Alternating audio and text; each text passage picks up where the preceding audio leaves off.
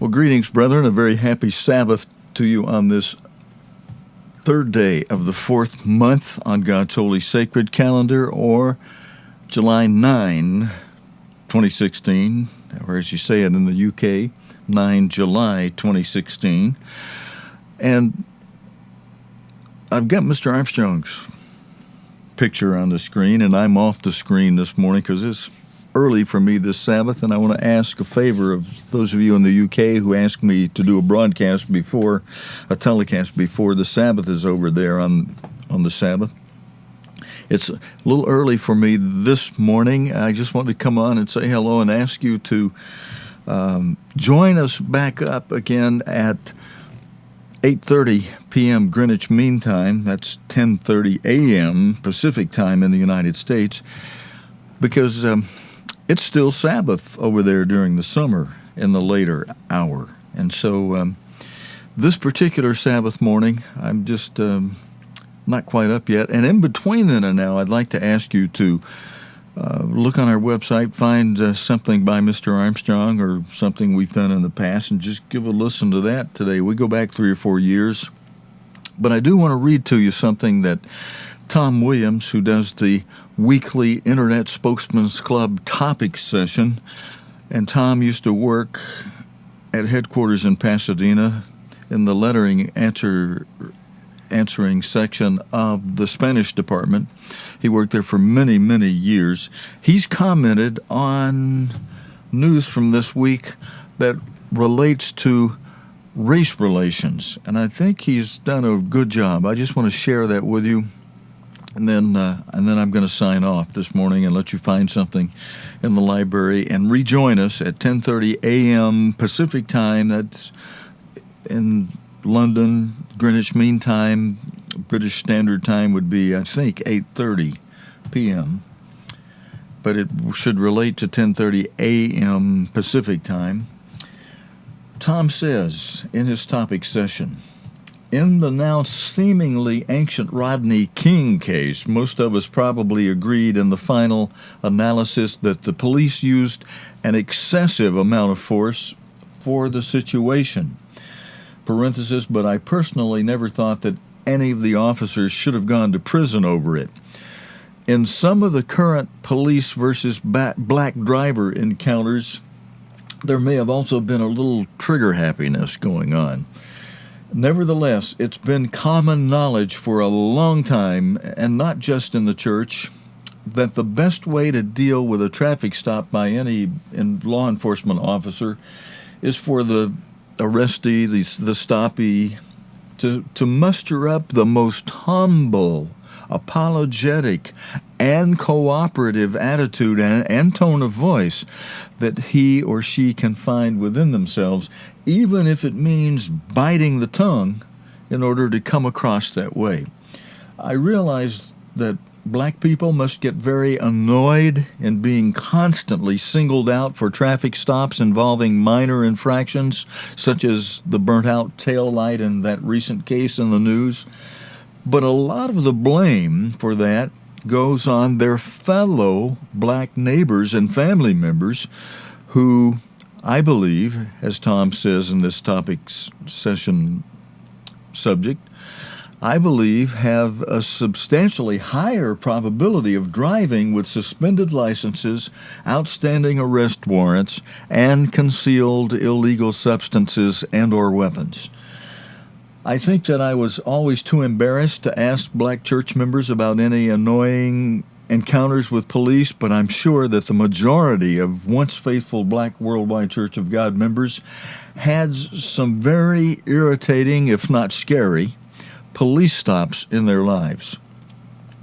Even though Mr. Armstrong encouraged members, white, black, Asian, Hispanic, any and all, to defy the receivership, he never wanted members to resist arrest if it had come down to that. If I remember correctly from the receivership sit-in at the Hall of Administration, Mr. Helge, Mr. Blackwell, and others tried to prepare everyone for the worst-case scenario by instructing everyone to humbly and peacefully submit to detention and or actual arrest.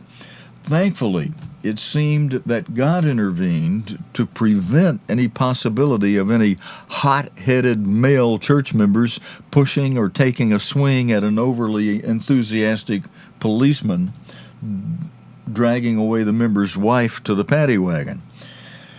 In a police stop for having a burnt-out tail light,